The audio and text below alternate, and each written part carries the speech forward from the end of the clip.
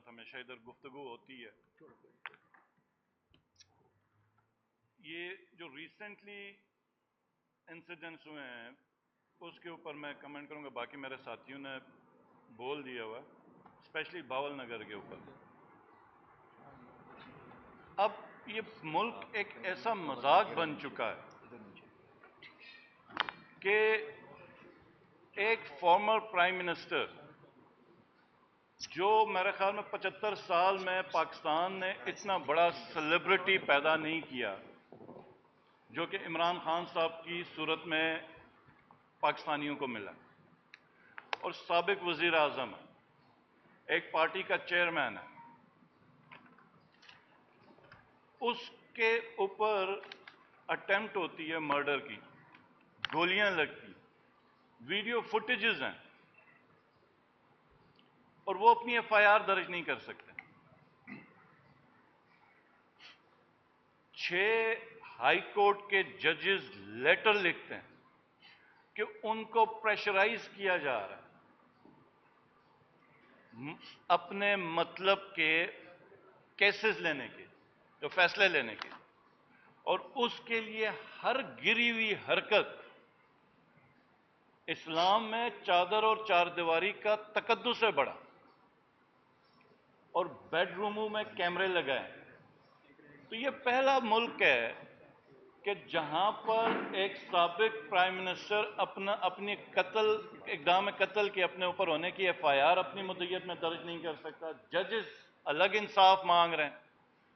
Police थाने में जाके मार मार के हशर उनका कर दिया, पूरे पुलिस थाने को तोड़ दिया, सीसीटीवी फुटेजेस उठाई, और पुलिस एफआईआर नहीं कर सकती।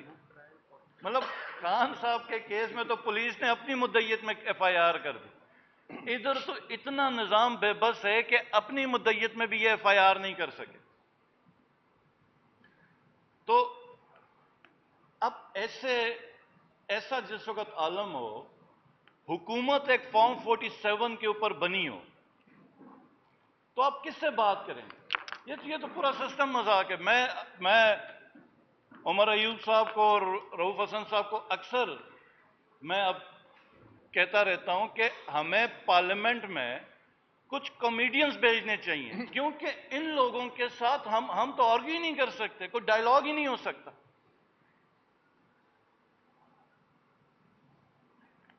और एक ऐसी हुकूमत जिसकी जो अवाम के रिप्रेजेंटेटिव्स ही नहीं है, वो कैसे अवाम के फैसले करेंगे? याद होगा अमेरिका में एक बड़ी मुहिम चली थी, नो टैक्सेशन विदाउट रिप्रेजेंटेशन।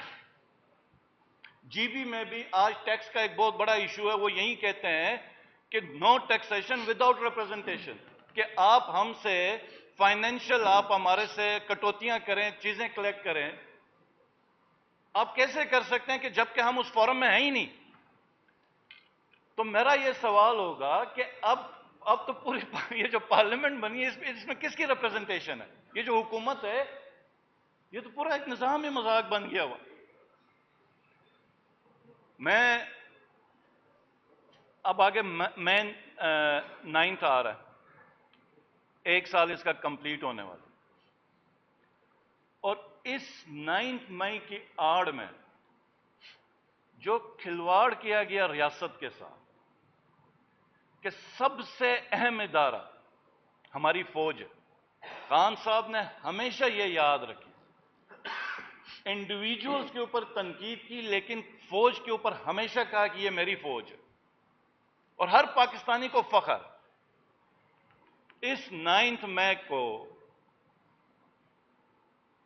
क्या ऐसा काम किया गया कि इदारों को बदनाम किया गया, अवाम के ऊपर जुल्म किया, और तसादुम की एक कैफियत पैदा की गई? और इसके ऊपर 4-5 दिन के अंदर हमने काफी प्रिपरेशन की हुई है। इंशाअल्लाह ताला मैं खुद बैठ के एक एक्सक्लूसिव इसके ऊपर प्रेस कॉन्फ्रेंस 9 मई के ऊपर करूंगा, और बहुत ज्यादा सवालात हैं अब, और अब हम सवालात पूछेंगे, हमारा हक है, हम पूछेंगे कि ये 9 मई हुआ कैसे? जिस शहर में 25 से 30 हजार की पुलिस है, रेंजर्स हैं, 2 डिवीजन की आर्मी है, वो जो गैरिजन की सिक्योरिटी है, कोर कमांडर हाउस की अपनी सिक्योरिटी है। 2 से 3 घंटे में लगे लिबर्टी चौक से लोग उधर आए, और जो कोर कमांडर हाउस के बाहर की फुटेजेस हैं, 500 से ऊपर लोग नहीं है। किधर गई थी पुलिस? किधर गई सारी सिक्योरिटी? क्या ऐसा मामला हुआ था? 9 मई के दिन सिर्फ एक इलाका था जिसके अंदर पीटीआई की हुकूमत थी, वो थी गिलगित बल्तिस्तान। मैं चीफ मिनिस्टर था, पीटीआई की हुकूमत थी, मुझे हाउस अरेस्ट किया गया, लेकिन एक गमला नहीं टूटा गिलगित बल्तिस्तान में, जहां पे पाकिस्तान तहरीक इंसाफ की हुकूमत थी। तो क्या ऐसी वजह हुई कि पूरी पीटीआई जोर लगा के रैली नहीं कर सकती, बंदे मार दिए जाते हैं पीटीआई के? तो 9 मई में ऐसा क्या हुआ था? तो ये इंशाअल्लाह ताला हम 5-6 दिनों के अंदर एक प्रेस कॉन्फ्रेंस करेंगे 9 मई के ऊपर, और एक्चुअल हकाइक हम ला के रखेंगे और सवालात भी हम पूछेंगे।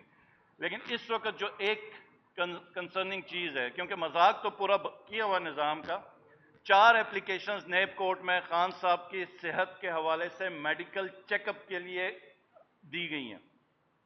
4 एप्लीकेशंस है, और आज अभी खालिद साहब दोबारा जा रहे थे एक एप्लीकेशन देने के लिए नेब कोर्ट में। परमिशन नहीं दी जा रही चेकअप की।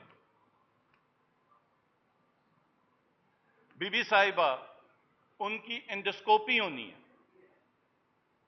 और वो भी हम रिक्वेस्ट कर रहे हैं कि शौकत खानम से करवाई जाए, डॉक्टर आसिम साहब से।